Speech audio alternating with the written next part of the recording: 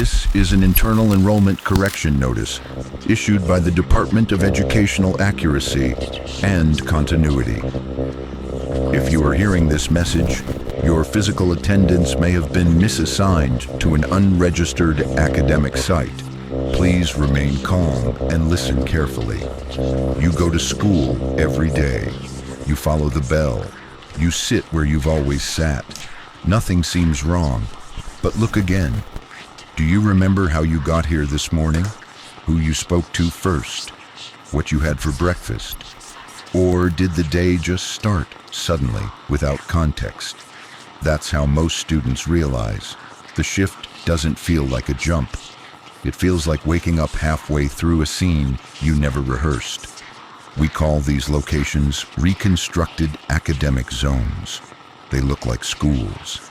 They sound like schools, but they are not real. They are behavioral models, replicas built from fragmented memory, dream logic, and institutional structure. They are assigned to people like you, people who wandered too far out of sync with their original world. You may already be inside one. Here's how to tell. Your teachers repeat questions they've already asked. The bell rings at different times, even when the clocks don't change. The windows always show cloudy weather, even when the sun is out. You've walked past the same poster 3 times, but no one else seems to notice. These are not glitches, these are stabilizers. They're here to keep the environment predictable while you're studied. You weren't meant to be here, but you've adapted too quickly, and that's what they're tracking now. We've identified patterns. Most students in these false schools report a moment, usually brief, where they remember their real school.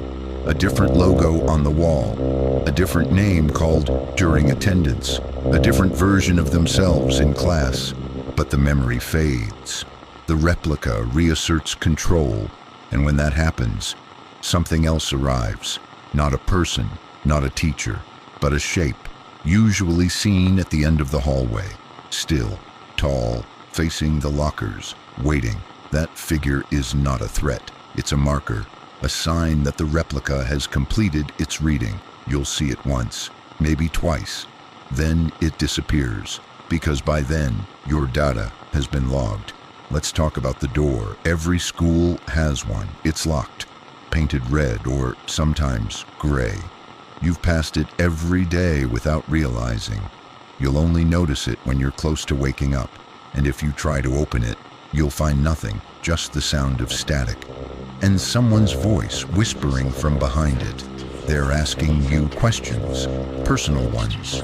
Your answers decide if you stay or if you vanish entirely. Here's the part they don't tell you. There was no mistake. You weren't misassigned. You were selected. Your attention, your awareness, your refusal to just go along with it. It made you visible, and now you're being studied. This school isn't preparing you for anything. It's holding you. And every time you memorize the schedule, follow the bell, smile when you're told to. You give it what it wants. But if you break the pattern, if you sit in a different desk, walk down a hallway you're not assigned to, you might see it start to shift. The walls might curve, the floor might stretch, the lights might flicker just a second too long. And that means it knows. It knows you know. There's one last thing. Check your ID card, not the one you keep in your wallet, the one they gave you on your first day. Look closely. Is it your name? Is it your photo? Or is it something almost right? Because if it's not you on that card, then you've never been a student here at all. You've just been playing the role, and someone else is ready to take your place.